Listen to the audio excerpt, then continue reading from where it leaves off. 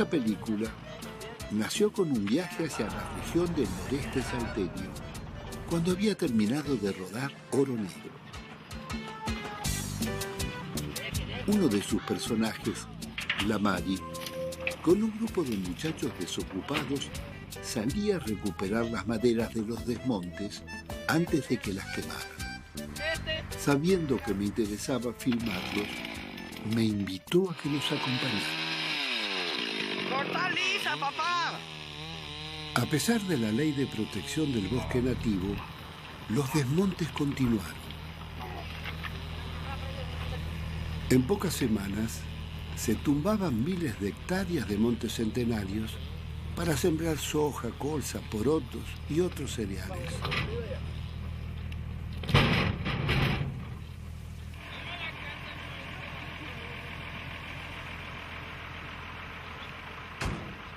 Nunca me había sucedido que el rodaje fuera el camino para descubrir lo que a mí me estaba pasando.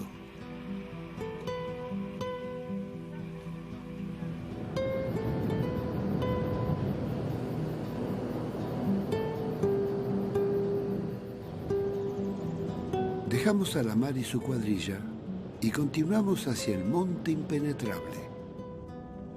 Teníamos noticias que alrededor de la comunidad San José seguían desmontando.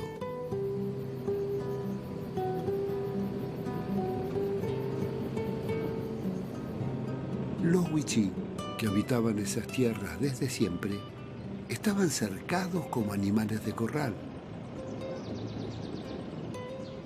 Debían emigrar hacia los pueblos cercanos o quedaban expuestos al bombardeo de las fumigaciones. Mi nombre se llama Eleuterio Basualdo, que yo represento la comunidad. Bueno, en realidad acá viven son 43 casas y aproximadamente hay 270 o 300 familias, en total, entre grandes y los chicos. ¿Son wichís? Son todos wichí. Claro. Veo que han comenzado un desmonte terrible. Sí, en todo el desmonte está avanzando nuestro territorio, que nos está achicando, que era nuestro territorio. ¿Cuántas hectáreas se están desmontando? Bueno, en realidad 40.000 o 30.000 hectáreas aproximadamente, que era nuestra ocupación. Y bueno, nosotros ya no podemos decir nada porque está hecho por causa de desmontes.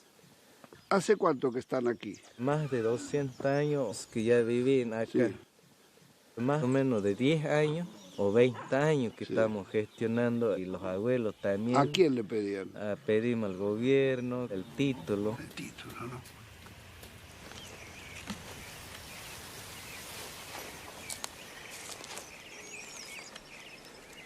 Ese arbolito se llamaba mistol.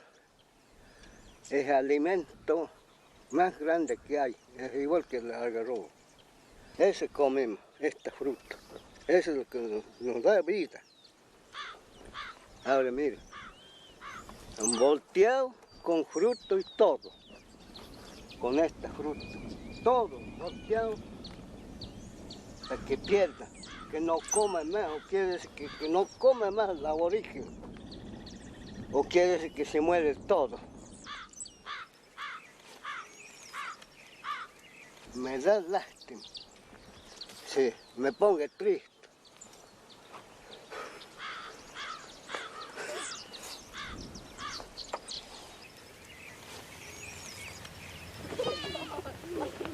Abuelo, ¿cómo era esto antes?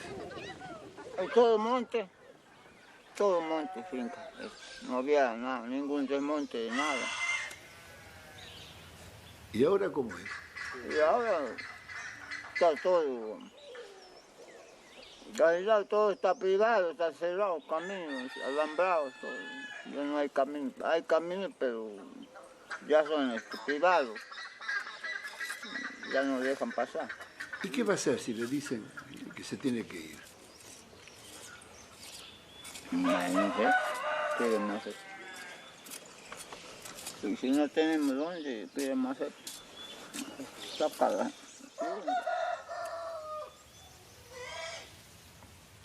¿Cómo es lo de la fumigación? Bueno, cuando viene la avioneta, ahí se pasa Sí. por arriba de la comunidad. Y entonces cuando ¿La avioneta pasa la por acá avioneta arriba? pasa arriba, y a veces cuando tira el veneno, entonces cuando viene viento nos Sí. llega a la comunidad. Claro. Y usted también se ve los bidones que estamos usando. Esos son de veneno y tomemos agua en ese bidón. Y nosotros no se damos cuenta que ese bidón está contaminado. ¿Han tenido chicos enfermos con esto? Contame. Mira, tenemos un chico enfermos, también con tóxico, y hace poco se ha muerto uno chico que está desnutrido también por caso de sufrimiento de calor y hambre.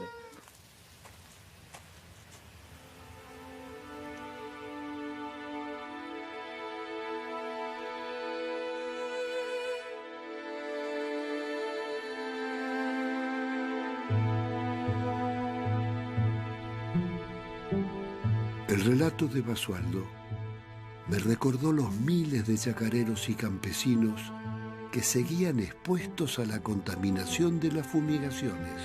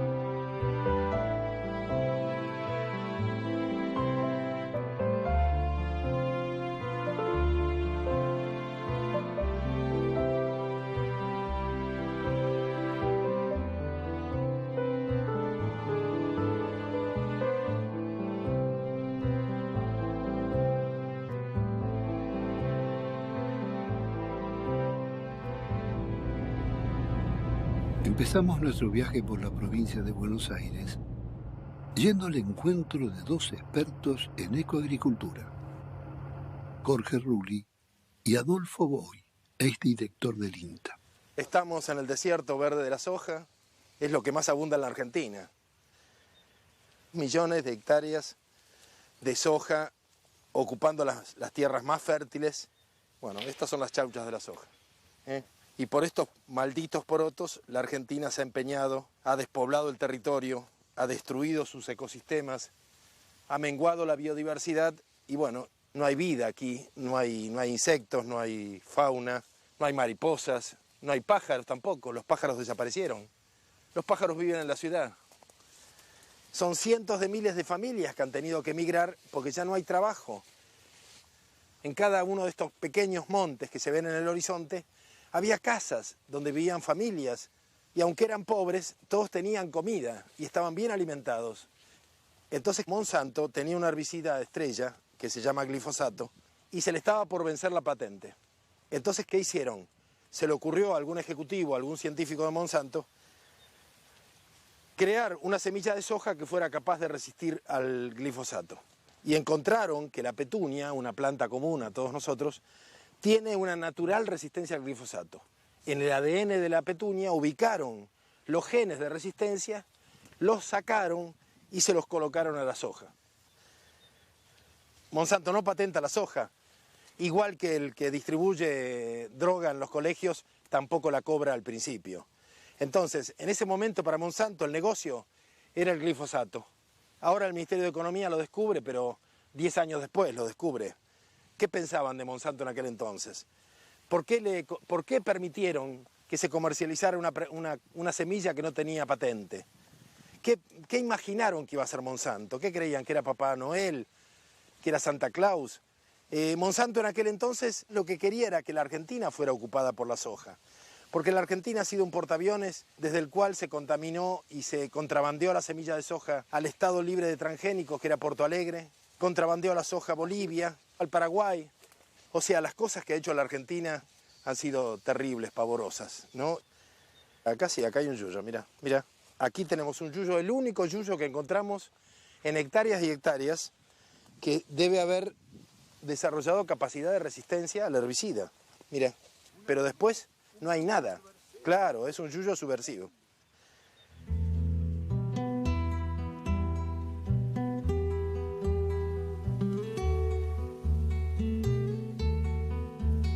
¿Pero de dónde viene este maíz, Adolfo? Viene de México, ¿no? Su cuna es México, se llamaban los hombres de maíz. El maíz llega hasta nosotros porque hubo miles de años de selección de etnias que dedicaron toda su vida a seleccionar maíces de todo tipo. Los abatí, por ejemplo, que tenía el INTA en esa época. ¿Qué eran esos maíces? Esos maíces eran producto de la selección que hace el agricultor en el mundo. Ser agricultor y guardar sus semillas es algo como la vida, el alma del agricultor. ¿Argentina tenía entonces sus propios maíces? Absolutamente, como tenía sus propios trigos. Las universidades antes, la Facultad de Agronomía, todas hacían sus semillas, producían semillas. El INTA prácticamente regalaba semillas. El INTA difundía semilla que producía, mejoraba permanentemente, sus técnicos producían variedades. Por supuesto no se hablaba de patentes. ¿Por qué? Porque la estábamos regalando. Tratábamos de hacer fomento, es decir, el Estado estaba realmente al servicio del productor y de la familia rural. Estos maíces híbridos tienen la protección de la patente. Las semillerías tienen asegurado que todos los años el productor tiene que comprar semilla. Siguiendo el camino que tenía el INTA, seleccionando variedades originales, se puede llegar a una semilla que compita con cualquier semilla de Monsanto. Lo que pasa es que sería una semilla que es de todos. No hay negocios detrás de esa semilla.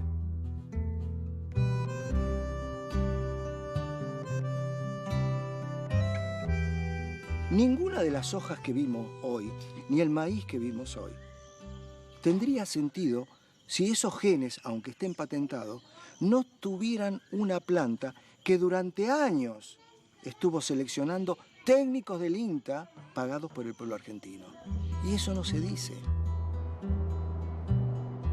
El Instituto Nacional de Tecnología Agropecuaria, con 4.000 técnicos y decenas de programas de investigación, hizo un gran aporte al campo argentino. De producir y regalar semillas a los productores, en los años 90 se fue adaptando a las demandas de un mercado dominado por las multinacionales.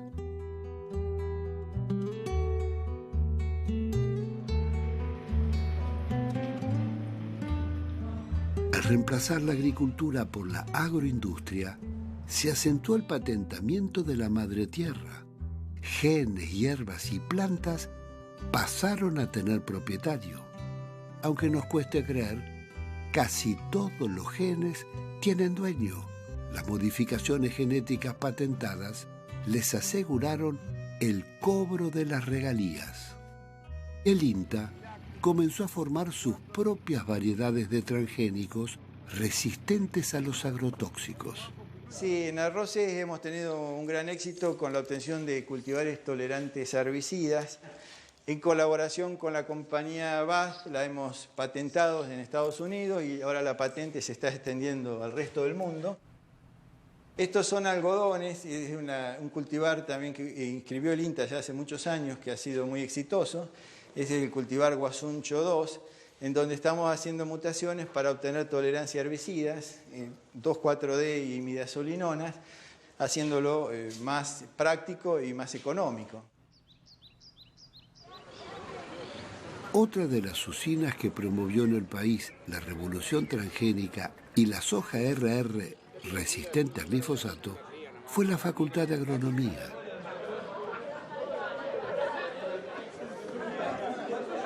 Lo que no era transgénico pasó a ser viejo, anacrónico, reaccionario. Yo lo vi iniciarse, por supuesto no teníamos conciencia de lo que estaba pasando.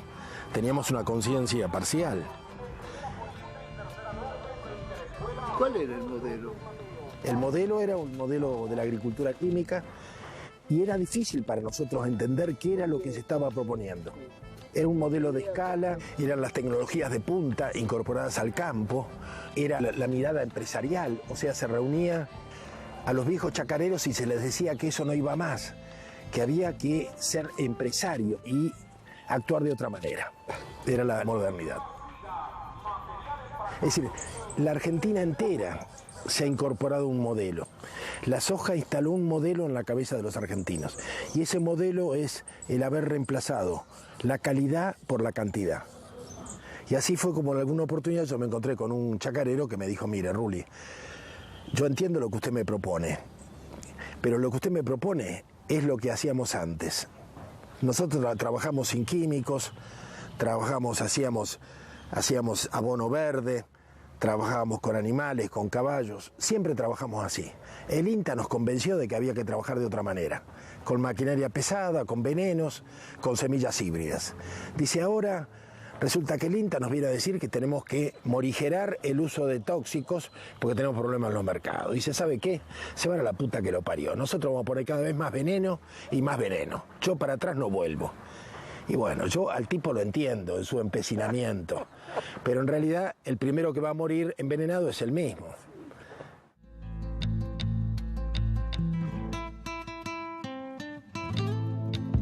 Seguimos viaje hacia el sur de Santa Fe, la zona núcleo de la soja, llevados por Pedro Peretti, ex dirigente de la Federación Agraria. Mira, Pino, esto eran todos montes de durazno, había una cantidad de hectáreas que no tengo precisión, abastecía la zona y extra zona también. La soja fue tomándolo todo. Fíjate cómo vamos frente a un mar de soja. Antes acá se producía durazno. ¿Todo fue arrancado? Fueron todos arrancados para sembrar soja. Esto es lo poco que va quedando de durazno. Debe haber en este momento, debe ser el 10% de lo que había plantado.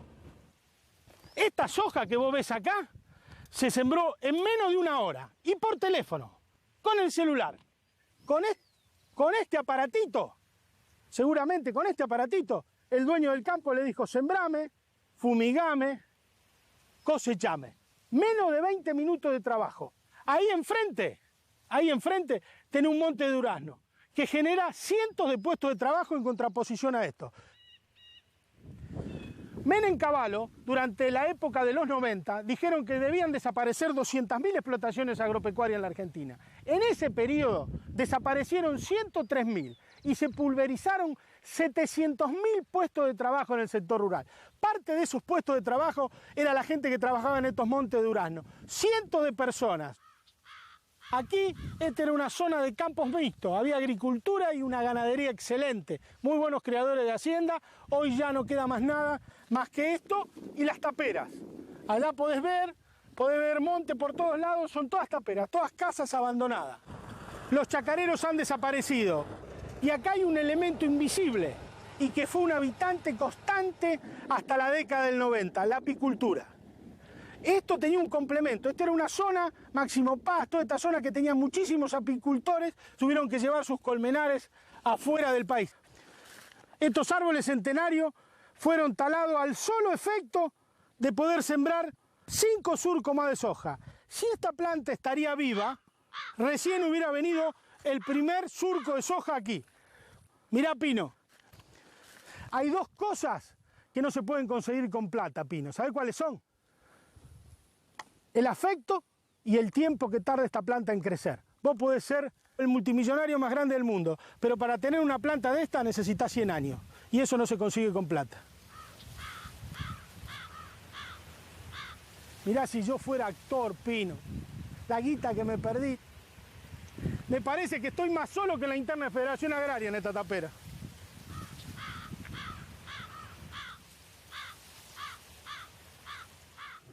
Mientras se iba sojizando, la gente se iba yendo.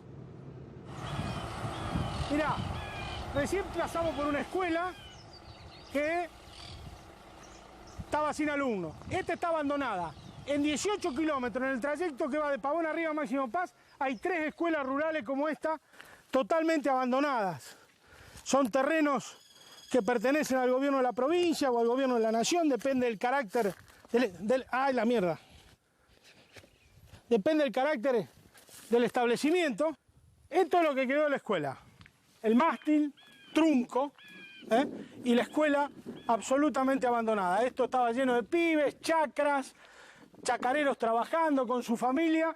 Hoy no quedó más nada. Hoy hay solamente soja y acá podemos ver el mudo testimonio en que fue reducida esta escuela. Vivienda de un par de chanchos que están en engorde. Y estos nos quieren hacer creer que esto es el progreso. Esto es el retroceso más grande que tuvo la Argentina en los últimos 20 años. Este modo de agricultura.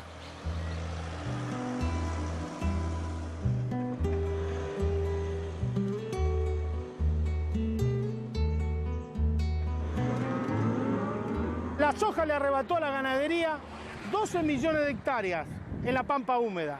Hoy, esto es la prueba más contundente del proceso de sojización en la Argentina. Nuestra carne se producía con pasturas naturales y era considerada la mejor del mundo.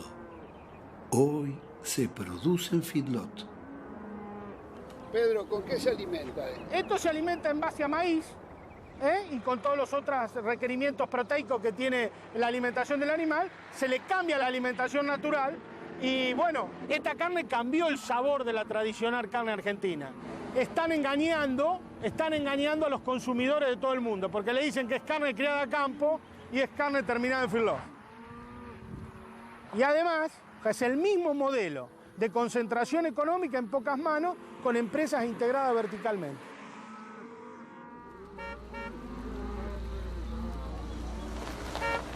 El boom de la soja no fue eterno.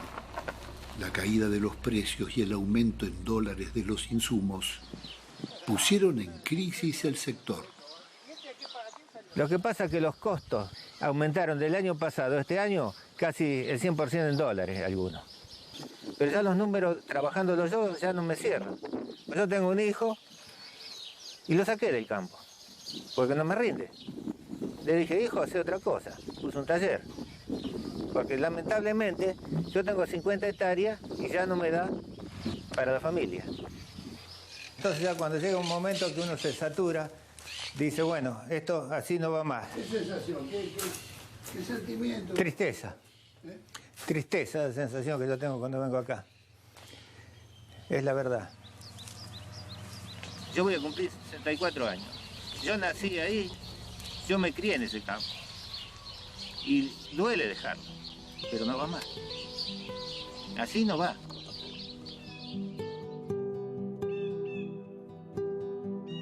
Con la sojización, los chacareros se endeudaron en miles de dólares y sus campos y máquinas fueron rematados. Desaparecían más de 100.000 pequeños y medianos productores. Comenzaba un nuevo ciclo de concentración de la tierra en beneficio de bancos, grupos financieros y terratenientes. Los que pudieron salvarse arrendaron sus campos a los pools de siembra y se instalaron en los pueblos. Los descendientes de quienes un siglo atrás protagonizaron el grito de Alcorta festejan otro aniversario de Máximo Paz. Estamos en el club social, que en realidad es el lugar de reunión. Y se viene porque ya es como que en el campo no tiene nada que hacer. Viene al bar o al club, jugará un partido a las cartas y volverse a la casa.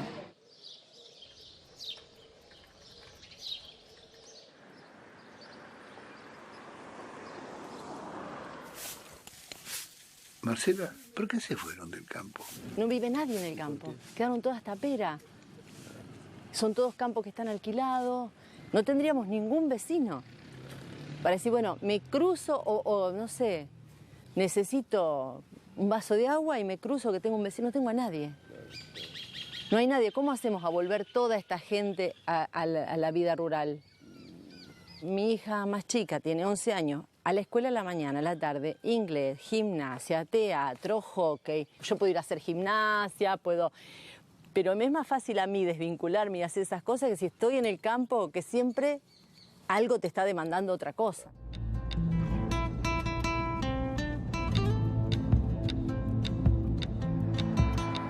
Cuando uno analiza el monocultivo de soja, hay que poner todo adentro.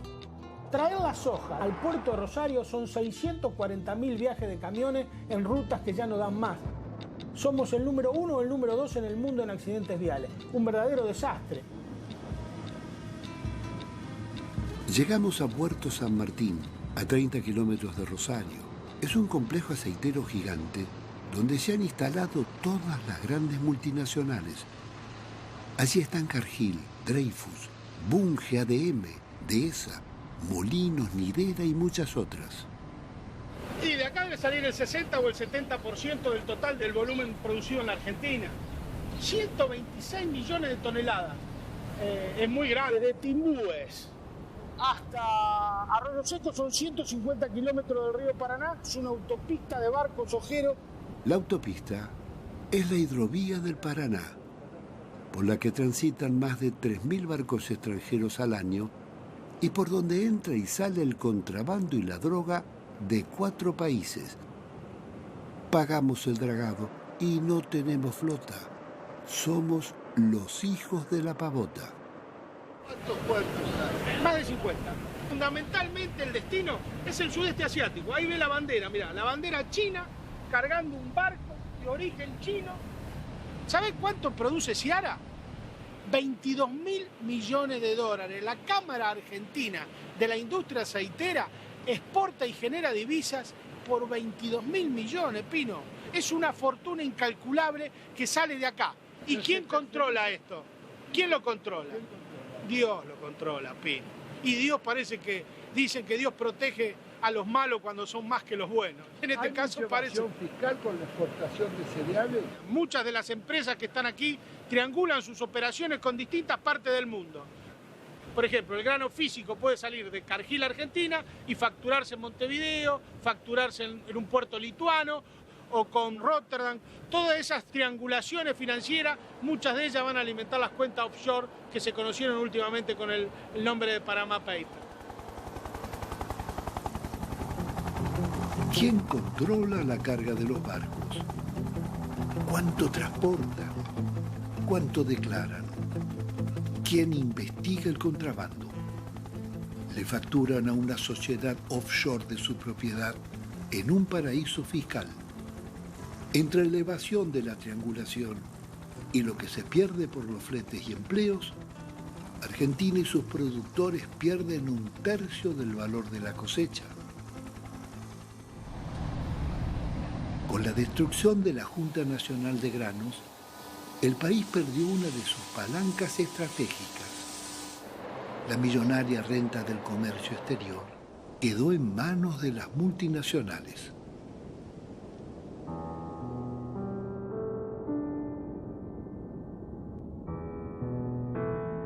Nos fuimos a Mar del Plata para investigar la producción de la verdura. Aunque parezca mentira, es uno de los alimentos que más pesticidas recibe.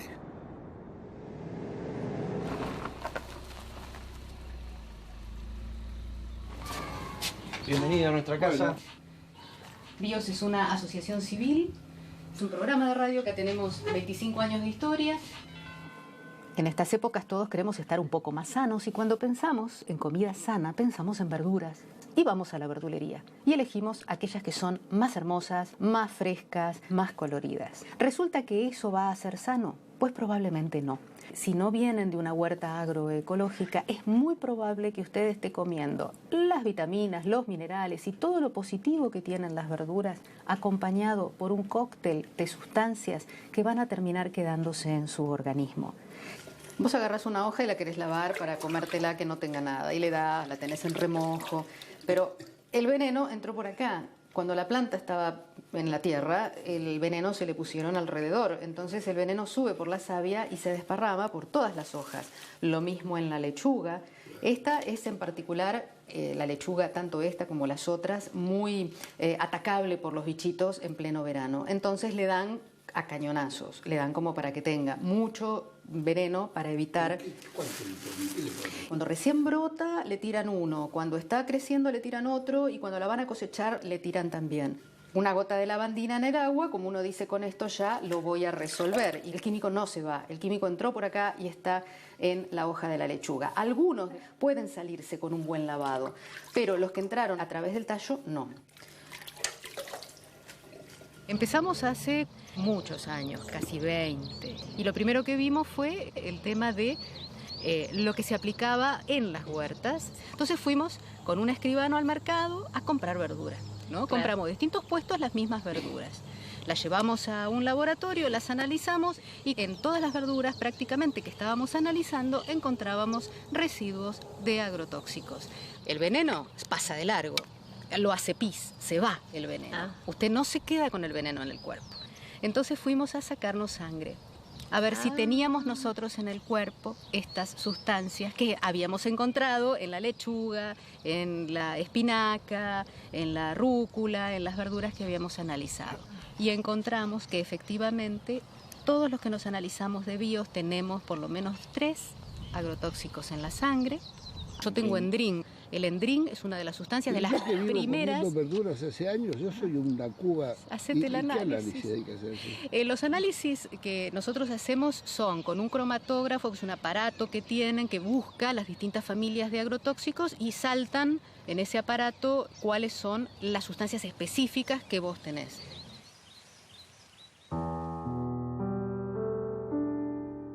La invitación de Silvana para que me hiciera la prueba de sangre me dejó pensando.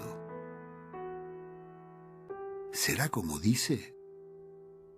Varios periodistas se la hicieron y todos tenían plaguicidas en sangre. ¿Qué hacemos, César? Pensándolo bien, deberíamos hacerlo, porque seguramente estamos todos infectados.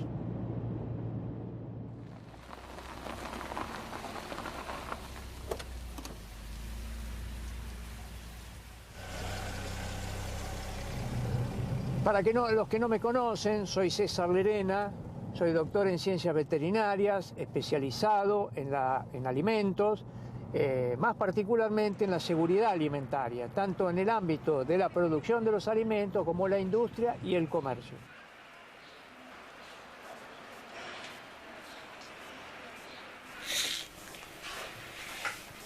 Abra y cierre.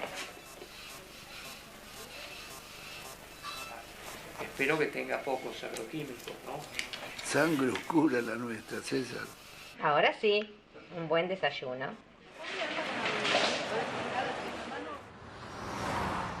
Cuando uno adquiere en las pequeñas verdulerías o en los grandes supermercados productos de todo tipo hortícolas, lo que está haciendo en definitiva es recibir esos alimentos de estos establecimientos productivos.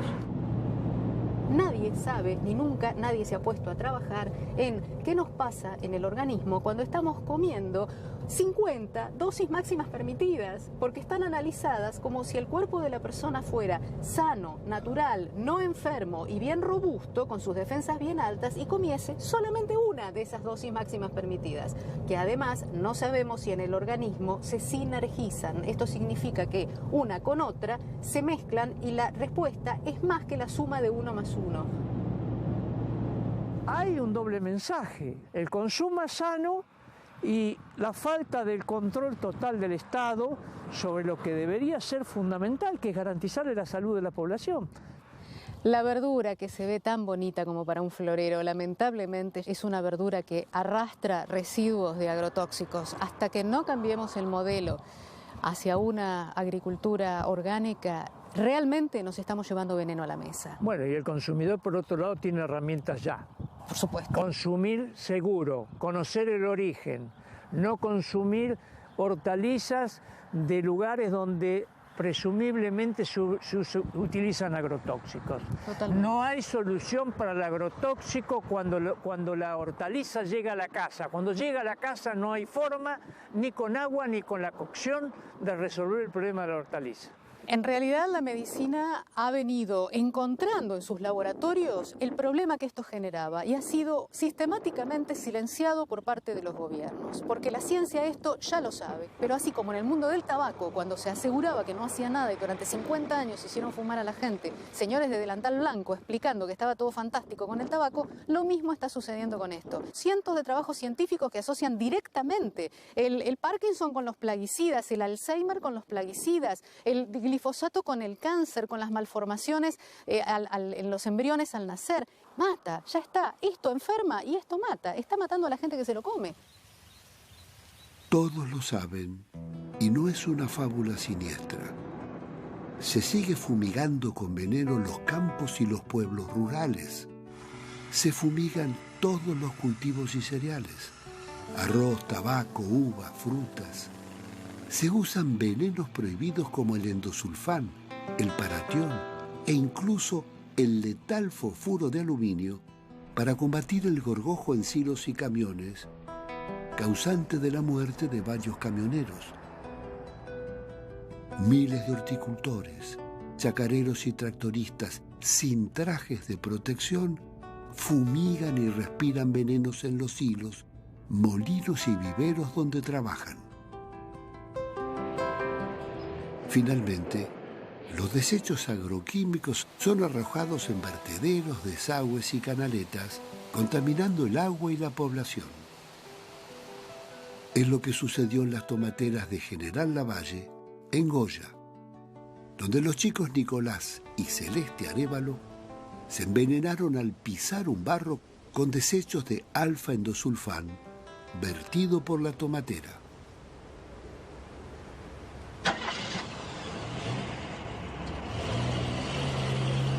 Acá estamos saliendo del pueblo de Lavalle. Estos son algunos tendaleros que hay en el pueblito. Estamos viviendo en el medio de los tendaleros y en el medio de los químicos, de los tóxicos. Ahí vos podés filmar cómo viven familias en el medio de los tóxicos.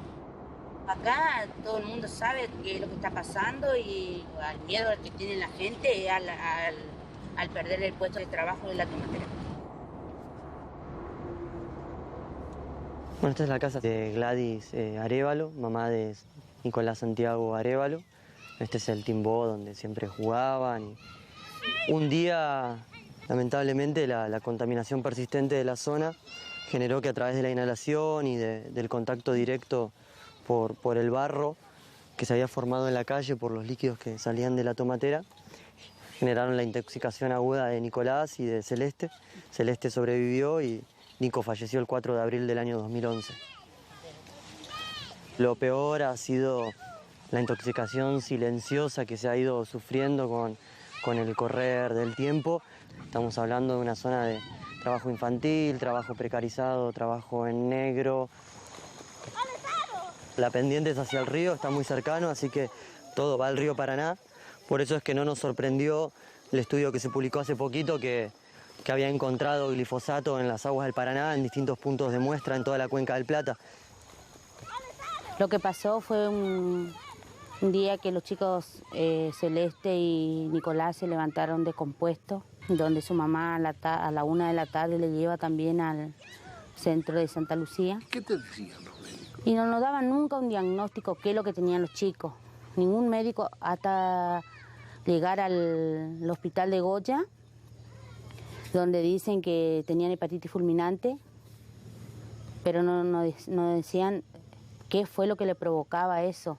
Hay una prueba, un estudio, que dice que Nicolás estaba envenenado por el endosulfán. ¿Cuándo dejaste de trabajar?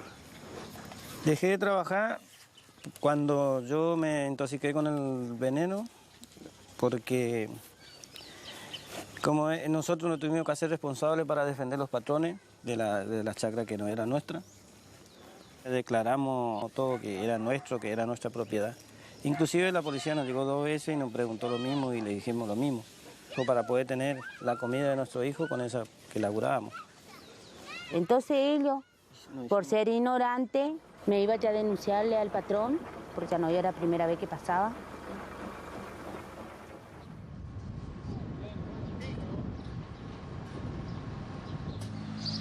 Deberían sentir vergüenza por estar defendiendo asesinos y un modelo de muerte. Encontramos a la monja Marta Peloni, la histórica defensora de las víctimas sociales. Desde el año 2011 estamos esperando que es el juicio oral y público de la muerte de Nicolás Arébola. Lamentablemente murió y murió otro de más allá. Todos sabemos, pero nadie habla. Porque hay intereses creados muy fuertes, se mete miedo. Vos fijate, le tienen miedo a los propietarios, le tienen miedo a la justicia, le tienen miedo a la policía. Y uno ve el ambiente de que hay miedo. Vi policía armada, ¿por qué? Policía armado, y en un momento llegó uno que tenía el pechero antibala. Esto es muy sugestivo. Y después también el campesino es el último orejón del tarro. Ha dispuesto el tribunal que se suspenda el debate y se difiera el día 5 de diciembre próximo a la hora 9. La postergación del juicio varias semanas preanunció la absolución del imputado. A nosotros no nos van a tumbar, nos dejaron mal, nos dañaron, pero no nos van a tumbar, nos vamos a volver a levantar, nos caemos, nos volvemos a levantar. Él es culpable y nosotros le culpamos, le acusamos y tenemos las pruebas, por eso es que él está sentado donde está sentado hoy. Ánimo, porque nosotros tenemos la fuerza del derecho, no la violencia del derecho de las víctimas. ¿No es cierto, Josefina? Bueno.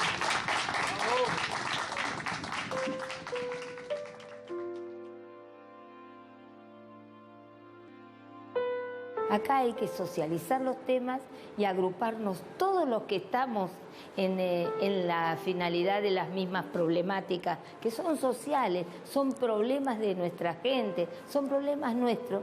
Articular, ¿para qué? Para que seamos una red enorme de redes, porque estamos articulando y no le va a quedar otra al gobierno, que no va a necesitar hacer un debate en el Congreso. Es la fuerza de un país. ¿Te das cuenta?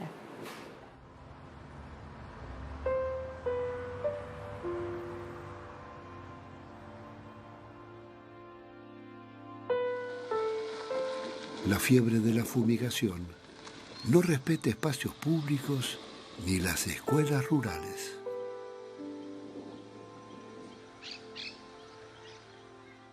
Bueno, ese día vinieron desde aquel lado, la avioneta pasó por arriba de la escuela, fumigaba el campo de enfrente, daba la vuelta y pasaba por el patio, bien por arriba de la escuela. La deriva caía sobre la escuela para dar nuevamente la vuelta. Además, en ese momento estaban los chicos en el patio, así que lo recibieron plenamente.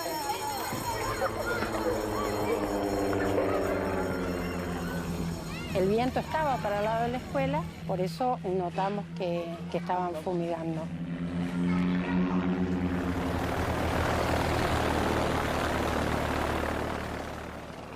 Y la tercera vez que fue la que cayó y esparció muchísimo el veneno, cuando sentí que el veneno caía sobre mí, sobre mi piel, empecé a tener problemas para respirar, perdía estabilidad, me caía. ¿Pero que te fumigaba? Todo acá. Nunca pensamos que iba a ser tan perjudicial para nosotros. ¿Y venías con los chicos? Y les puse los 3 nenes egresados, que eran mis 2 hijos, y la nena vecina, y los pusimos ahí y les sacamos la foto de recuerdo para el egreso. ¿Cuántos hijos tenés entonces? Tengo 7 hijos. ¿7? 7, sí, 7. ¿Pero los educabas acá en el campo? Contame. Sí, acá viví durante 11 años y me absorbí todas las fumigaciones porque acá vivía con mis hijos. Esto que yo te estoy contando no es un caso aislado, no soy la única a la que le pasó todo esto. Hay pueblos vecinos donde también las docentes han sido fumigadas en plenas tareas con sus alumnos.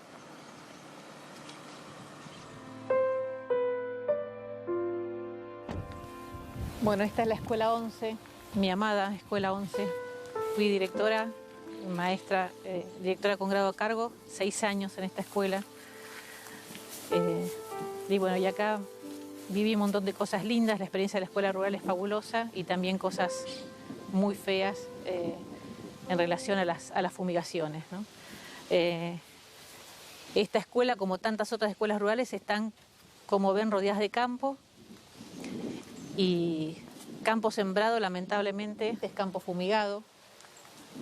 No se respetan distancias, no se respeta que haya chicos, no se respetan horarios escolares y nadie es castigado. Hasta ahora nadie ha pagado ni un centavo de multa. Es muy indignante.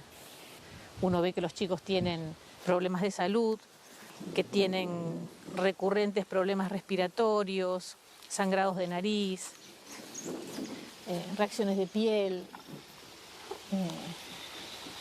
Y bueno, la verdad es que da muchísima impotencia, mucha bronca. Es una red de silencio, de complicidades.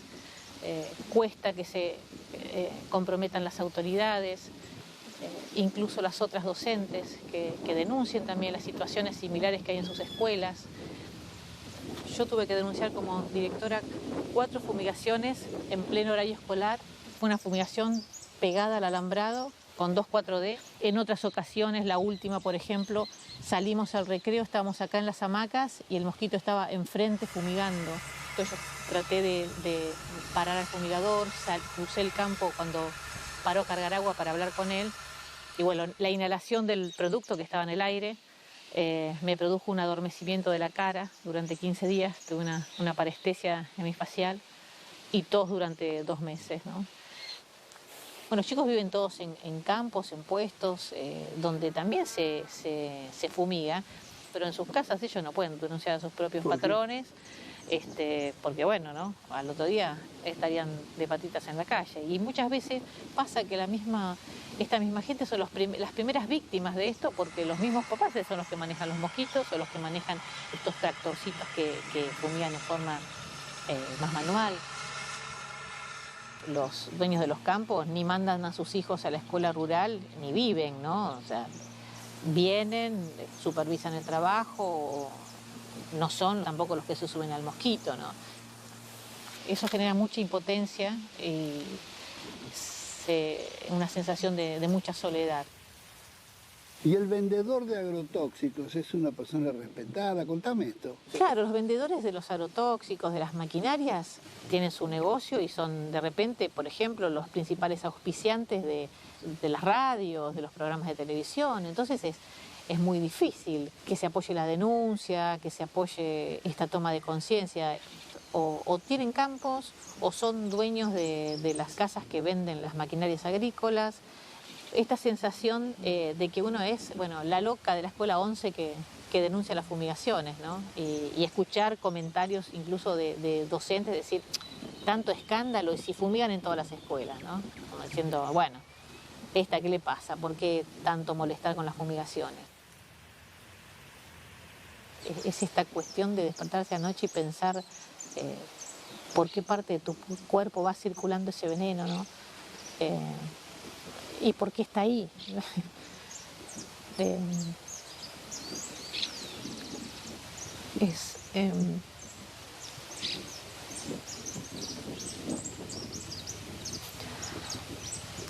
Es una situación de mucha impotencia, y de soledad absoluta, ¿no?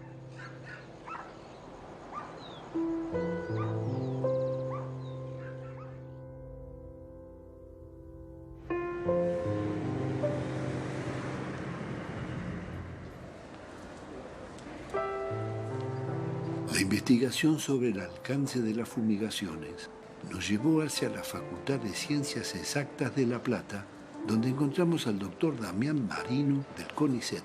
He sido licenciado en Química, egresado de esta casa, y me he potenciado específicamente en el estudio de la temática de los plaguicidas, cómo ingresan al ambiente, cómo se movilizan, a dónde alcanzan. Eso quiere decir que un plaguicida, un agroquímico que se aplica en el campo, no queda quieto, se mueve.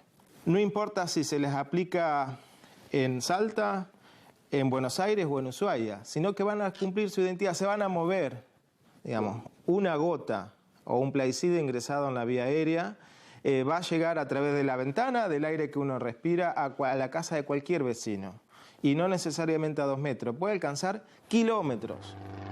Pero hay evidencia, por ejemplo, de encontrar muchos de estos plaguicidas en la Antártida. Y en la Antártida no hay soja. Lo que cae en el suelo, transcurrido cierto tiempo, lo que hace la molécula se volatiliza. Como quien deja un vaso de agua en la mesa a la noche, a la mañana tiene menos. Bueno, se volatiliza. Esa molécula pasa al aire de nuevo y se moviliza ahora a través de aire. Ese proceso, de cada kilo que aplico en una hectárea, hasta 900 gramos pueden pasar al aire. Con esto quiero decir que no es un problema solo en el momento de la aplicación. Tampoco se resuelve dejando 500 o 1000 metros sin fumigar.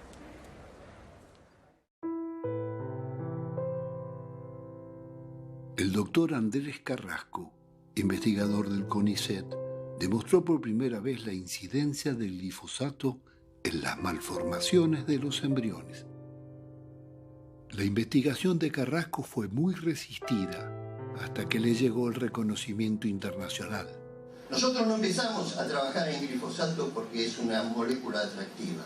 Empezamos a trabajar en glifosato porque nos impactó algo que estaba pasando en la sociedad, en el interior, en esos lugares donde solamente hay gente rodeada por soja. Hicimos un trabajo con herbicida e hicimos un trabajo con inyección de glifosato puro en embriones y encontramos una serie de malformaciones. Cuando uno inyecta de un lado del embrión, desaparece un ojo. Si inyecta a los dos lados del embrión, aparecen malformaciones muy serias, produce cíclopes, produce achicamiento de la cabeza, afecta toda la estructura craneal y produce malformaciones craneales. Hay un aumento del 400% de malformaciones en la provincia del Chaco. Esto no es imaginación ni es paranoia, pero el impacto del uso de agrotóxicos, y digo agrotóxicos porque son tóxicos. Un tóxico, algo que mata, es tóxico. O sea que el glifosato no es el único, ni va a ser el último. Pero como la ciencia también está contaminada, la ciencia tampoco es neutral, y es absoluta, y es objetiva. A veces trata de ser objetiva, pero nunca neutral. La pueden diseñar para una cosa, la pueden diseñar para otra. Y en este momento la ciencia está diseñada para el mercado, no para la sociedad. Con eso termino. Gracias.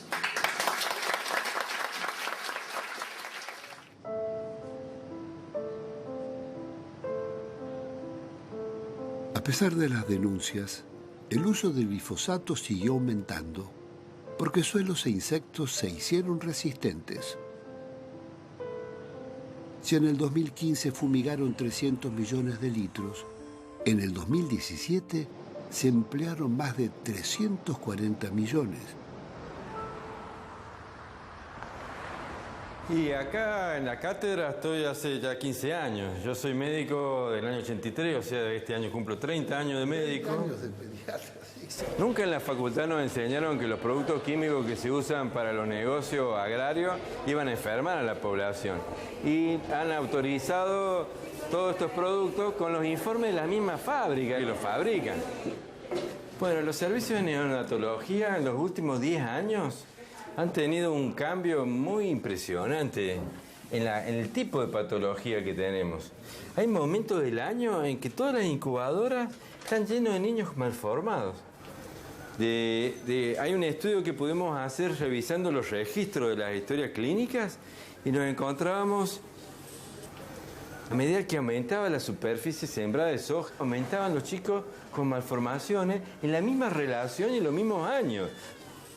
Con los padres es muy doloroso porque muchas veces cuando tienen un niño mal formado, los padres creen de que es culpa de ellos, que es culpa de la madre o del padre o de un disgusto, y en realidad no es así. Y los médicos nos dicen que muchas veces tienen más abortos espontáneos, no son abortos provocados ni inducidos, que nacimientos. Tuvimos un pacientito acá hace pocos años y hablando con la madre, después me entero que cuidaban un campo y fumigaban todo alrededor de la casa de ella. Cuando nació el bebito tenía todas las tripitas afuera. Entonces de a poco lo íbamos acomodando, le hicimos 5 operaciones, ¿no? Y en octubre un día me llama la madre y me dice que se había muerto. A la mañana fueron y lo encontraron muerto en la cuna. Había hecho una muerte súbita. No, doctor, me dice, tuvimos que volver a mi casa allá en el campo. Y le digo, ¿y estaban fumigando? Fumigaron el día antes que muriera. Le digo, ay, no le dije más nada. El número de pacientes que consultan por enfermedades alérgicas, como asma bronquial, problemas respiratorios, problemas dermatológicos, problemas oculares o problemas sanguíneos, nosotros los asistimos con frecuencia y se exacerban en determinada época del año. Es notable que es una zona de pueblo realmente de pueblo fumigado. ¿Pueblos fumigados? Fumigados. No solamente hay pueblos fumigados, sino que hay barrios fumigados. No solamente fumigaciones a través de mosquitos, sino fumigaciones a través aéreas. El sistema inmunológico, que es lo que nosotros manejamos, está íntimamente relacionado con todo el ambiente, con lo que respira el hombre, con lo que come el hombre, con el agua que toma el hombre.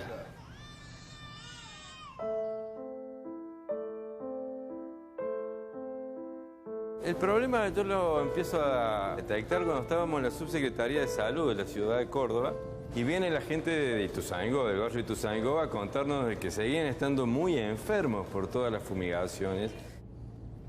Acá terminaba la ciudad de Córdoba. Acá esta era la última calle y esto donde estamos ahora pisando, en el 2007 estaba plantado de soja. Y acá, como había soja, fumigaban. De los 146 casos de cáncer, 100 vivían en estas 2 primeras manzanas. Medardo me llevó al encuentro de las madres de Ituzaingó, un grupo de vecinas que se organizaron en defensa de su familia. ¿Cómo anda usted? Bien. Bueno, los cánceres son muchos, de todo tipo, cáncer de estómago, cáncer de pulmón, de esófago, de garganta. En un principio creíamos que los afectados eran los que estaban cerca del campo y ahí nos damos cuenta que era todo el barrio y hoy sabemos que es toda la zona. Y nosotros tenemos más de 300 casos de cáncer en el barrio, sí. En la esquina de mi casa se había enfermado una niñita de leucemia. Al lado de ella, otra chica de 14 años se había enfermado de leucemia. Al lado de mi casa, mis niños jugaban en la esquina, pasaba la avioneta y ellos iban corriendo atrás del avión viendo esa ola de agüita que le caía encima porque les gustaba y eso es lo que hacían. Entonces, ¿el avión te pasaba por encima de la calle? Pasaba por encima de la casa nuestra. Cuando pasaba el mosquito, salíamos a un grupo de mujeres al campo a tratar de pararlo para que no nos siguiera envenenando. Nos poníamos ahí, nos poníamos a pelearnos, a veces hasta con un machete nos vinieron a hacer frente, pero ahí estábamos nosotros y se retiraban y no seguían fumigando. Operó el tema de la discriminación también. Por momentos decían, esto es como la zona roja, no nos quiere entrar ni un taxi a este barrio porque portamos una peste, acá hay enfermos como en cualquier lado, somos como una necesidad muy grande de normalidad, de ser igual que cualquier otro. Y recién se tomaba conciencia cuando te tocaba en tu propia familia y ahí decían, era cierto. Esta era la manera de registrar todos los casos así, a mano, en hojitas, en papelitos, datos que nadie de las autoridades se quiso hacer cargo, ¿no? Todo lo contrario, nos mandaban a minimizar y horas discutiendo el texto, que no podemos decir cancerígeno, que estos tóxicos no, esa palabra es muy fuerte, esa palabra asusta. Como máximo nos daban unos boletos de colectivo para el que estaba más grave que llegue al hospital y que no se arme ningún tipo de conflicto. No se puede producir alimento con veneno, a base de veneno. Nosotros se ha naturalizado, ¿no?, producir lechuga, tomate, soja o vino utilizando veneno. Una cosa de loco, porque ya los productores no ven en el alimento un alimento, ven una mercancía. Los nuevos datos epidemiológicos del cáncer a nivel mundial muestran que las sociedades antiguas no tenían cáncer, que es un fenómeno nuevo de la modernidad y que se dispara el cáncer desde mediados del siglo XX, que es cuando empiezan los contaminantes químicos a estar presentes en los alimentos, en el trabajo, en el agua, ¿no? Y ahora masivamente con los pesticidas. Y antes la gente no se moría de cáncer, sino que no existía el cáncer como una enfermedad, ¿no? Y está demostrado de que la contaminación es el componente principal. Mostramos investigaciones de pueblos fumigados que tienen 3 veces más cáncer que la ciudad de Córdoba. Tratan de acallarnos, de hacernos sumarios, que no sigamos investigando. Y empezamos a chocar con un montón de trabas, ¿no? Del intendente, de la prensa, en la universidad misma. Nosotros renunciamos y hicimos público a la vez por qué renunciamos. Y salió en los diarios. Y la discusión es, ¿pero son venenos o no son venenos? Monsanto dice que no son venenos, pero nosotros tenemos demostrado que son venenos y la Organización Mundial dice que son venenos.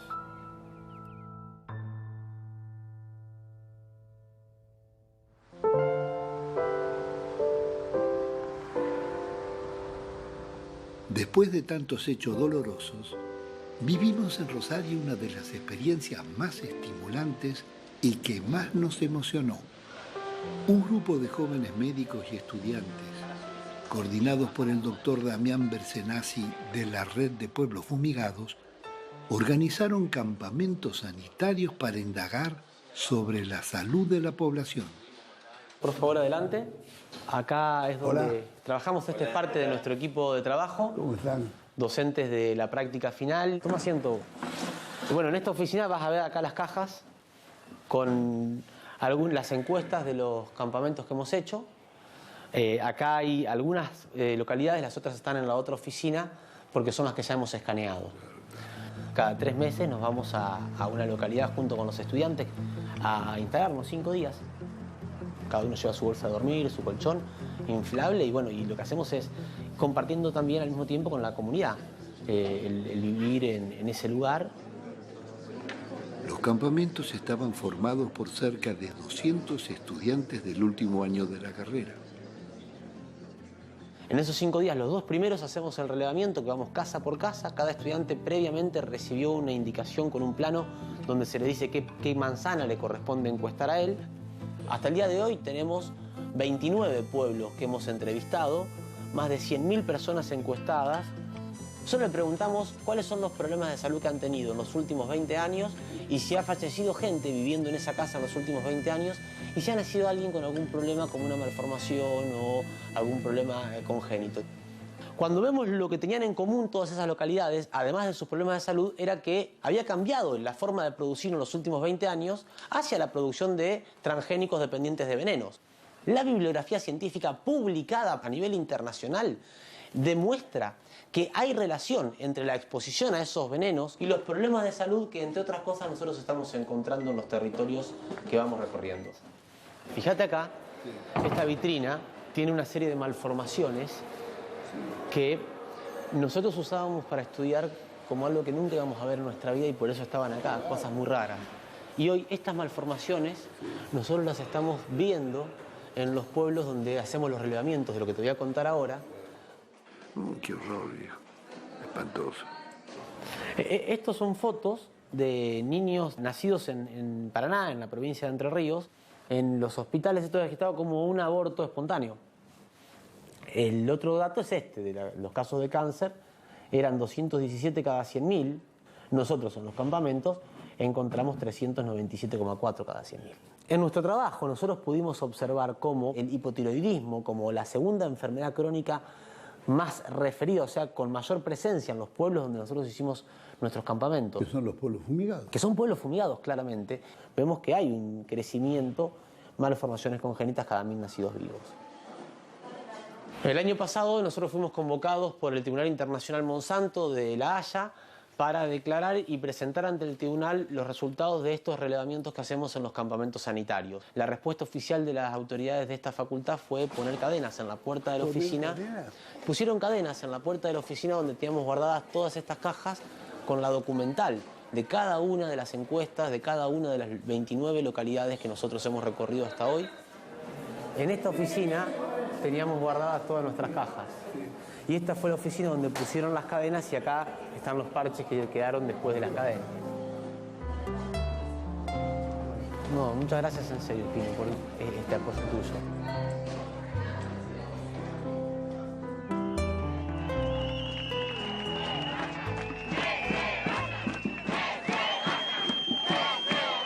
Le tenía que preguntar al pueblo, no se puede poner una fábrica, no se puede usar miles y millones de litros de agroquímicos sin preguntarle al pueblo. La protesta de los vecinos y ambientalistas detuvo la construcción de la mayor fábrica de transgénicos de Monsanto. Nos vamos a quedar tiradas acá. No vamos a permitir el ingreso de ningún camión y no vamos a permitir que se sale Monsanto. ¿Qué toman esta decisión? Porque son ellos, somos nosotros. Ah, no, a mí yo ya perdí mi hija. Yo ya perdí mi hija, tengo mis hijos con agroquímicos. Entonces, ¿qué quieren? Yo de acá no me muevo.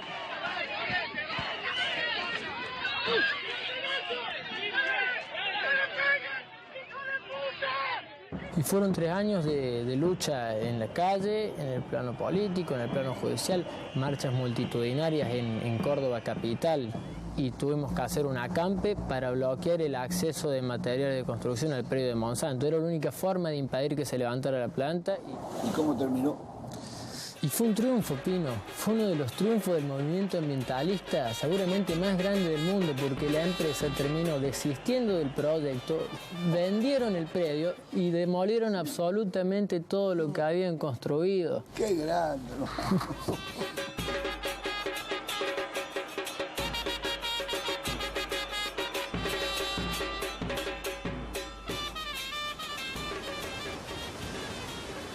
Mar del Plata toma conciencia de toda esta problemática gracias a una denuncia de una ONG BIOS, y lo primero que nos encontramos es que íbamos a aplicar la ley tal cual como estaba. Prácticamente dejamos afuera entre el 70 al 80% de las producciones. Entonces era inviable desde el punto de vista productivo y logístico para que dejara Mar del Plata sin alimentación. Una vez vino un productor que me dijo: mira, tengo este hinojo que cada vez que lo quiero vender en Buenos Aires me lo rebotan porque tiene niveles de agroquímicos elevados, entonces lo tengo que vender en Mar del Plata. Y nosotros decíamos, bueno, estos son el hinojo que como yo, el que comen mis hijos. Bueno, acá tenemos los resultados de los estudios que le hicimos en sangre y en orina, y le cuento lo que encontramos. Pesticidas organofosforados en sangre, encontramos del panel investigado clorpirifos-etil, que es un pesticida que es de amplio espectro, que se utiliza comúnmente en muchos cultivos. Y en orina encontramos una cantidad bastante importante de glifosato, 41,3 microgramos por litro, y el metabolito del glifosato, es decir, la sustancia en la que termina, que encontramos 8,1 microgramos por litro. Digamos que no deberíamos haber encontrado nada. ¿Y qué consecuencias de tomar? Mirá, yo creo que ahora no podemos sacar conclusiones claras. Hace falta más información, hace falta más estadísticas. Lo real es que yo hace 4 o 5 meses que estoy brotado con dermatitis y urticarias que nunca en mi vida tuve. Hice varias consultas, dermatólogo, etcétera, pomadas, esto y lo otro, pero sigo igual. Los agroquímicos están asociados a dermatitis, están asociados a diabetes, a cáncer, a problemas neurológicos, problemas renales. Hay un montón de patologías que se están asociando a la presencia de agroquímicos. Pero te digo, todavía es muy poco lo que se sabe.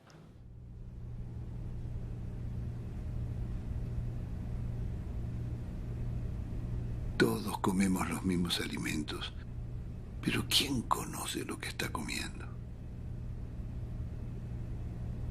¿Quién sabe cómo lo fabricaron? ¿Con qué elementos? ¿Hasta dónde la publicidad nos convenció que las marcas son garantía de confiabilidad? lo que uno está empezando también a darse cuenta, que personas que no tienen ningún vínculo con el sector agropecuario, por ejemplo, yo mismo, que me hago un análisis de la presencia o no de agroquímicos, o vos, Pino, que te has hecho también, que no tenés otro contacto más que justamente consumir alimentos que se dice sanos, entre comillas, estás incorporando a tu alimentación una serie de agroquímicos, bueno, como ha quedado demostrado en los análisis que te han extraído. Pero acá hay o no hay control, César. No, no hay control. En los alimentos esenciales, los de consumo masivo de la población, carnes, hortalizas, el control es inexistente. En los frigoríficos de carnes rojas, esas carnes que presentan precisamente un determinado nivel de anabólicos, antibióticos, etc., se descartan para el destino de Europa. ¿Y qué se hacen con esos productos? Se destinan al consumo interno. No te creo. ¿Esa carne finalmente nos la comemos nosotros?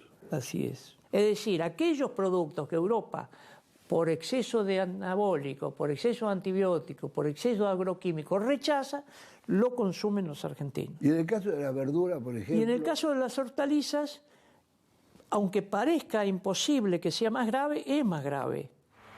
Llega la mercadería al mercado central, o al mercado concentrado que fuese. Entonces, cuando llegó, supongamos que haya algún inspector para extraer alguna muestra, extrae las muestras, las lleva al laboratorio, tarda varios días en tener los resultados y ya la gente se comió todos los alimentos con las bacterias, con los agroquímicos, etc. Por primera vez el SENASA, el órgano de control público, tuvo que reconocer que más del 60% de las verduras tienen residuos de agrotóxicos. Detectaron venenos prohibidos como el DDT, endosulfán, atracina y otros. Por eso digo que el método de controlar en el destino no tiene ningún sentido. Hay que controlar en el origen, donde se producen los alimentos. Estamos aceptando culturalmente un sistema corrupto, metodologías corruptas, controles que no se realizan. ¿Cómo no vamos a estar contaminados vos y yo con agroquímicos si no tenemos ninguna certeza que lo que consumimos esté bajo control?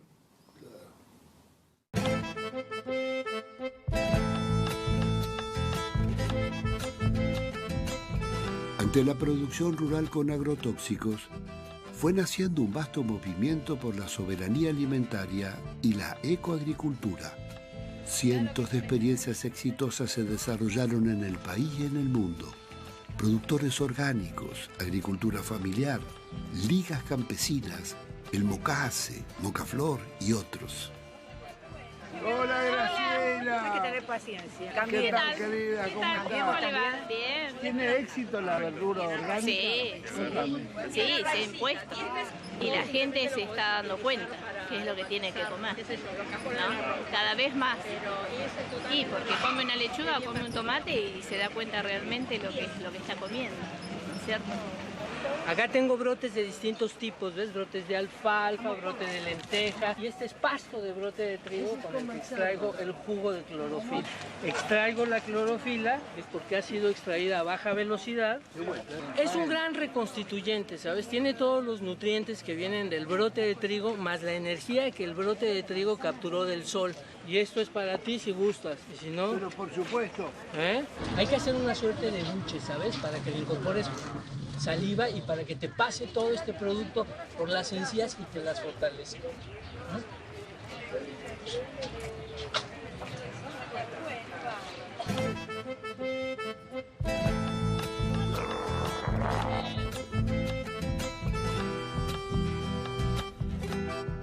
Ante la crisis alimentaria y el acceso a los alimentos, los campesinos de todo el mundo, organizados en Vía Campesina, propusieron el concepto de soberanía alimentaria, el derecho de los pueblos a decidir sobre los alimentos que producen y consumen. ¿Sabe que filmé una pelea de este con un macho así de... ¿En serio? De comadreja, pero del tamaño de él?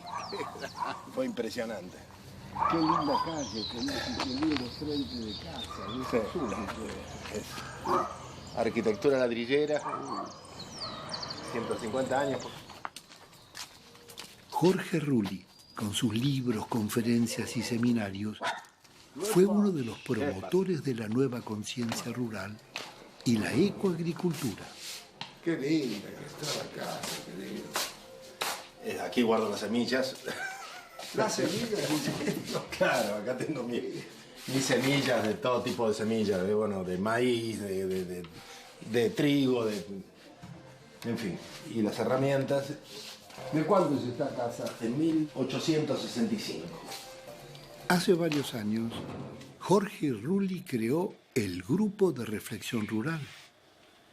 Hoy tiene miles de seguidores y su prestigiosa audición en Radio Nacional Horizonte Sur fue levantada en el 2009 por orden del gobierno. Hemos puesto mucho amor en esta casa con Wanda, la verdad que hace 25 años que estamos aquí. La casa nos ha permitido construir, realizarnos personalmente. Mira, este es el árbol del tomate, mira. ¿Tomate perita? Sí, tomate perita es un árbol americano. Esto viene desde el norte argentino y se aclimató.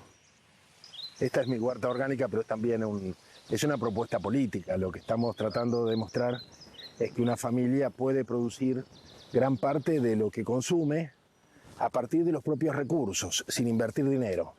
Y sobre todo con círculos de energía que se van alimentando los unos a los otros.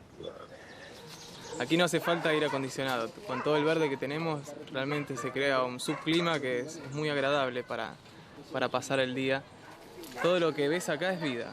Tenemos plantas, uvas, frutales y animales. Y nosotros, ¿no? Y yo trabajo un par de horas o 3 horas por día en esto y voy interrumpiendo el trabajo en la computadora, ¿viste? Porque si no me hace mal. Y esto me alegra la vida y me permite seguir joven, ¿viste? Porque la realidad argentina es abrumadora, realmente. Y esto me ayuda a encontrarle otro sentido a la vida, ¿no? Otra de las alternativas para el campo argentino nos la dio Pedro Peretti. Además de productor, es el teórico de la chacra mixta, con varios libros escritos sobre el tema. ¿Qué le gana la chacra mixta al monocultivo sojero, como vos decís? Pero yo económicamente le gana, es imbatible la chacra mixta. ¿Por qué? Porque primero pone una receta económica tradicional, que es un portafolio variado, tiene la chacra mixta. Cuando no vale la soja, valen las vacas. Cuando no vale la vaca, vale el cerdo. Cuando no vale el cerdo, vale el maíz. Uno está todo el año guarecido de los grandes vaivenes de precio que trae la especulación granaria que tiene el mundo. Y además gasta menos en insumos. Muchísimo menos en insumos, se fumiga muchísimo menos, se produce alimento de mayor calidad, se produce alimento mucho más variado. Y además genera mucho más trabajo y es ambientalmente mucho más saludable. ¿Lo conocés este? No, ¿cómo que Este es un pastor suizo, legítimo, genuino. Qué bueno, qué preciosura. Es un perro antifascista. Se la persiguió Hitler. La chacra mixta evita las migraciones rurales. Es un gran fuente de arraigo la chacra mixta. 70 hectáreas de campo. Acá viven 3 familias. Y muy bien, con chata 0 kilómetros, con chicos estudiando en Rosario. En el campo trabajamos 3 personas. Porque se arranca con verdeos de invierno que se siembran en marzo. Después viene la siembra de cosecha fina, que en esta zona es arveja, trigo, cebada. Después siembra maíz en septiembre, octubre, y después se termina con soja, sorgo. ¿Cuántos cerdos tienen? Madres tenemos 50 madres, 800 cerdos por año, más o menos, es lo que vendemos.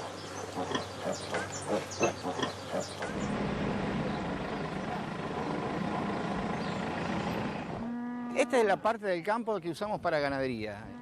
96 animales en 10 hectáreas. Esto es más rentable que la soja. Yo lo que hago 2 veces por día es correr este hilo de boyero. Acá tenés 2 hilos, un boyero, una pantalla solar que se hace por energía solar y con eso se maneja todo el campo. No hace falta poste, no hace falta talar quebracho, no hace falta deforestar nada para tener la división que corresponde y manejar la hacienda.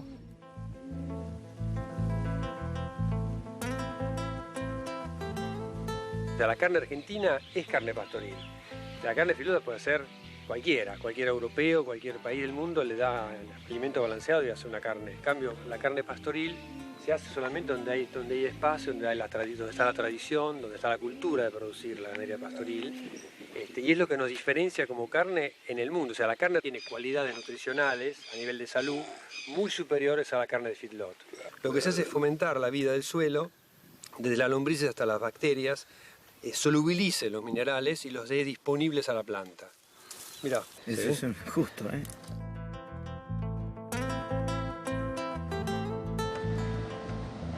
Siempre se dijo, cuando hay 1000 kilos de lombriz abajo, hay 1000 kilos de carne arriba. Estamos en Sierra de los Padres, este es el establecimiento Paititi, que son más o menos 430 hectáreas. La mitad del campo son sierras, la otra mitad es campo productivo, unas lomadas que son un suelo muy bueno. Entonces, en la parte productiva hacemos agricultura y ganadería. Y los pastos nativos, que los tenemos y muchos, hay muchas variedades que son tan aptas o mejores que esas variedades que fueran importadas. ¿Por qué? Porque son nativas, entonces están mejor adaptadas a nuestro medio ambiente. Hay un tema de desvalorización de lo propio. Siempre tendemos a importar lo ajeno y prestarle más importancia. También hay falta de investigación de lo nativo. El grupo de productores con el cual trabajamos, que somos 9 productores, todos de la zona sur de la provincia de Buenos Aires, producimos todos los cereales y oleaginosas en forma orgánica desde hace aproximadamente 20 años. Bueno, Argentina es el segundo país en el mundo en superficie orgánica certificada. ¿Sabés que tiene cardos? Acá no hay verso. Ves que tiene malezas. Ves que las malezas no se las quita. Uno convive con las malezas. Por ahí hay alguno que sabe, mira este lote y dice, esto es un asco, es una porquería, está todo lleno de yuyos. Sí, pero este trigo, aunque no se crea, en esta zona está rindiendo 5.000 kilos, 5.200 kilos de promedio. Los cultivos orgánicos rinden menos que un cultivo convencional. Eso siempre es así, porque no tienen la batería de agroquímicos que lo preservan de bichos, de malezas, y tampoco tiene la adición de fertilizantes. Está re buenazo el trigo. Este trigo está certificado, es decir, yo puedo dar fe de que este trigo no tiene ningún tipo de agroquímico, ni en el cultivo, ni en el camión que vimos hoy acá.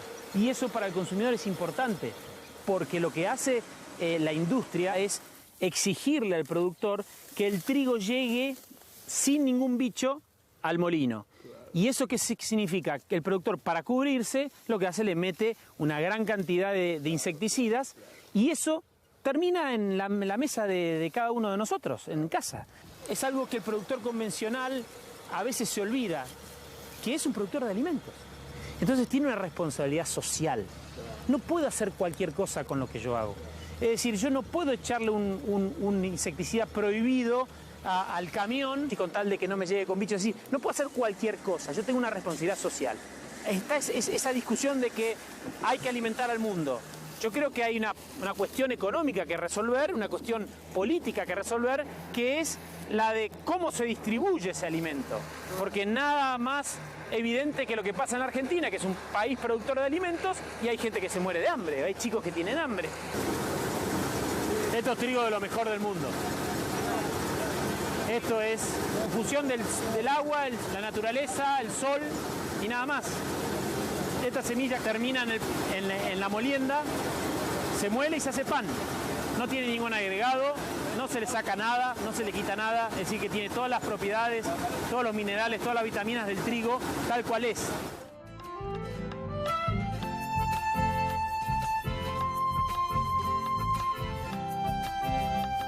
Seguimos hacia el norte santafesino llevados por el ingeniero Hugo Sabino para conocer una experiencia exitosa de granja agroecológica. Naturaleza Viva. Creación de la pareja Remo e Irmina Bénica. Bueno, estamos aquí en Guadalupe Norte. En este momento tenemos 210 hectáreas.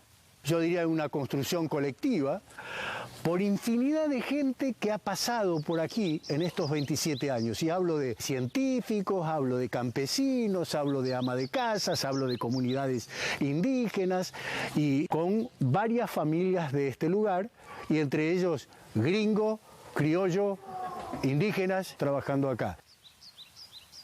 Siempre decimos, miren, si en este lugar, tomando mate o comiendo un asado, no tenemos creatividad para transformar el mundo, miren, cuélguense de donde les parezca, ¿viste? Es interesante entender esto de la rueda de la vida, del ciclado en la propia chacra, en la propia producción agropecuaria, entender de que tiene que volverse, todos los residuos tienen que reciclarse y no contaminar el medio ambiente. El meollo del sistema de producción nuestro es cuando hablamos de integralidad. ¿Ve? Estos son los residuos que vienen del ordeñe de hoy y mañana. Estos después pasan al biodigestor. Tenemos gas para todos los procesos de transformación, más los calefones de las casas, más las cocinas de las casas, de las 3 casas que están acá, digamos, dentro del centro. Y no es lo mismo trasladar 400 kilómetros la leche que trasladar 400 kilómetros el queso, claro, porque es 10 veces menos, porque con 10 litros de leche usted hace 1 kilo de queso. Claro. Entonces, desde el punto de vista energético, yo estoy disminuyendo 10 veces el gasto de combustible.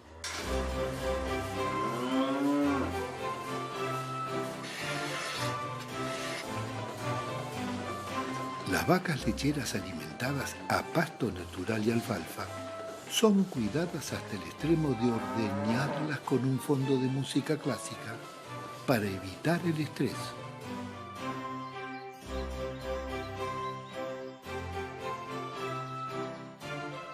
Naturaleza Viva es un ejemplo de autoabastecimiento. Ellos producen la materia prima que necesitan, cultivan cereales, frutas y hortalizas y crían aves de corral. El reciclado de los nutrientes y los desechos que producen los llaman círculos virtuosos de energía y vida. Hola, buen día. Buen día, Hermina. Todas las mañanas cargan la camioneta con sus productos que venden o intercambian con una red de 700 productores orgánicos. Bueno, aquí vemos el aceite de girasol, que es de la producción de la granja. Esto surge por necesidad del intercambio, porque como nosotros le vendíamos productos, quesos, harinas, aceites, a estos grupos, pero ellos también tienen productos para ofrecer. Entonces empezamos como una red de intercambio, no con fines de lucrar, sino con fines de distribuir y fortalecernos con ese intercambio, o hacer puentes entre los productores y los consumidores.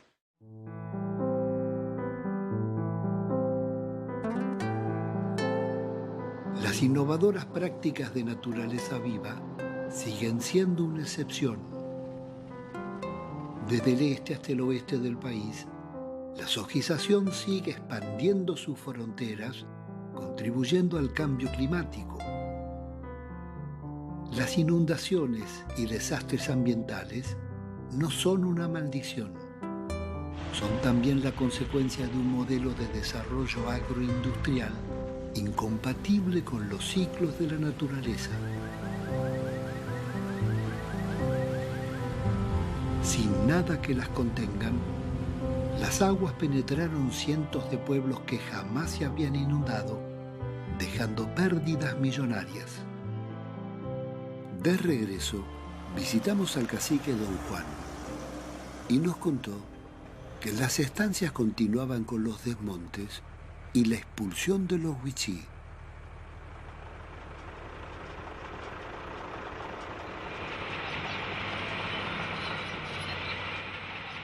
En San José, la topadora había arrasado con el cementerio de la comunidad. Esta alambre pasa la mitad del cementerio. Quizá hay mucho cuerpo.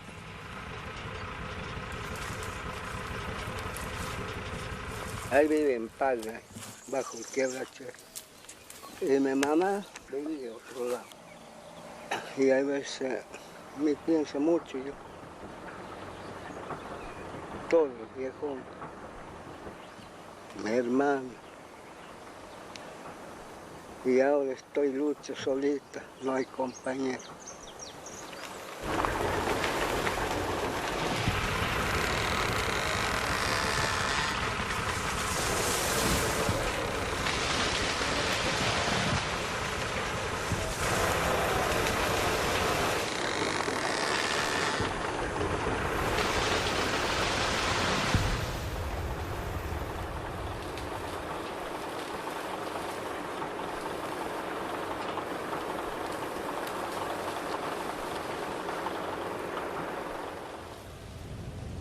Al irnos, don Juan nos dijo, siempre hay alguien que está peor.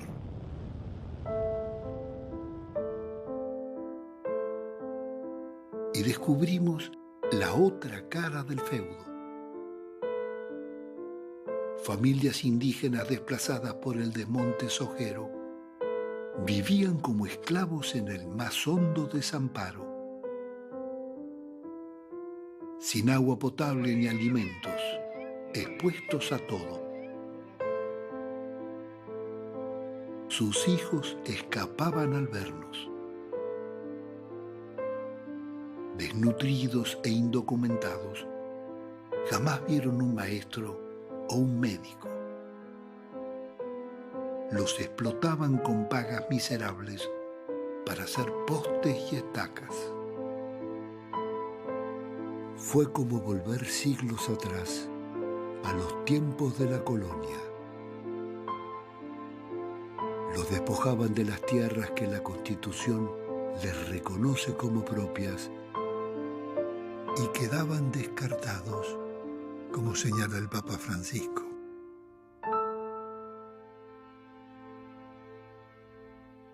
Y yo propondría cambiar el modelo agrícola, pero también cambiar la calidad de la democracia política. Porque el modelo agrícola es un modelo de concentración y de exclusión. Concentración de poder y exclusión de poblaciones que no participamos, que no podemos ni siquiera opinar sobre qué modelo de vida o qué modelo de país queremos. Porque damos un ejemplo. Claro, si le diera atribuciones a cada intendente, declarando zonas semirurales alrededor de la ciudad que permitan abastecer de comida a la propia población, el poder político perdería poder, pero sería otra democracia. Y empezaría a cambiar el modelo agrícola, empezaríamos a tener comida. Y la gente participaría, porque la gente no es protagonista en este modelo. Es expectante y es parasitaria en la medida que vive de las retenciones. Todos estamos complicados en vivir de alguna manera de las retenciones. Los empleados del Estado, los desempleados, los piqueteros, todos vivimos de la soja, pero es un modo penoso de vivir y no tenemos ningún protagonismo. Es cierto, todos vivimos de la soja y todos sabemos que el modelo agrotóxico enferma y mata.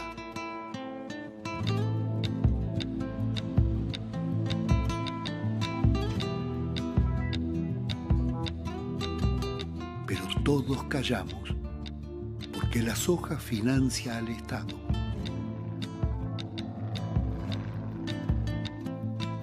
Calla el presidente, callan los ministros, gobernadores, jueces, políticos, legisladores, cámaras empresarias, sindicalistas y medios de comunicación. Pero ¿hasta cuándo seremos complacientes con la muerte? Mientras la riqueza se va para siempre, el país sigue a la deriva sin proyecto estratégico, ni metas de salud y soberanía alimentaria. Lo que impera es el saqueo, llevarse la mayor renta posible aunque nos cueste miles de vidas y despidos, y la frustración de 1 millón de jóvenes que no estudian ni trabajan. Es hora de unirnos en un proyecto que asegure trabajo, salud y alimento sano al pueblo argentino.